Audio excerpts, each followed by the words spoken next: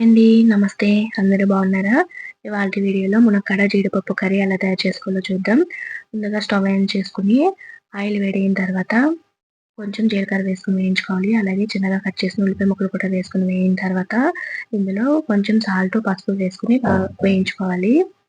ఇప్పుడు ఉల్లిపాయలు వేగిన తర్వాత మనకి కావాల్సిన సైజులో మునక్కాడ ముక్కలు కూడా వేసుకొని వేయించుకోవాలి. మునక్కాడలో ఎక్కువ కాల్షియం, ఇనుము, విటమిన్లు ఉండడం వల్ల ఎముకలు దృఢంగా ఉంటాయి. మహిళల్లో నెలసరి సమయంలో వచ్చే నొప్పులు తగ్గుతాయి. గర్భిణీలు మునక్కాయలు తీసుకోవడం వల్ల ప్రసవానికి ముందు, తర్వాత వచ్చే సమస్యలు తగ్గుతాయి. మునక్కాడలో లైంగిక శక్తి కూడా పెరుగుతుంది. మునక్కాయలు వేగిన తర్వాత జీడిపప్పులు కూడా వేసుకొని వేయించుకోవాలి. జీడిపప్పులు వేగిన తర్వాత కొంచెం గరం మసాలా, కారం, అల్లం వెల్లుల్లి పేస్ట్ వేసుకొని బాగా వేయించుకున్న తర్వాత మూత పెట్టుకొని మగ్గించుకోవాలి. జీడిపప్పులో చక్కెర శాతం తక్కువ ఉంటుంది.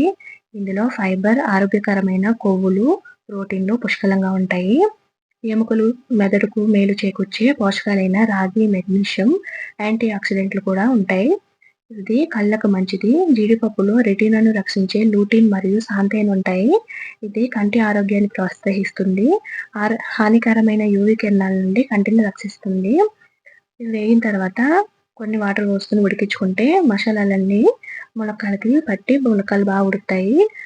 మూత పెట్టుకొని మగ్గించుకుంటే ములక్కాడలన్నీ ఉడికిన తర్వాత లాస్ట్‌లో కొత్తిమీర చల్లుకుంటే టేస్టీ అయిన ములక్కాడ జీడిపప్పు కర్రీ రెడీ. వీడియో నచ్చితే లైక్ చేయండి.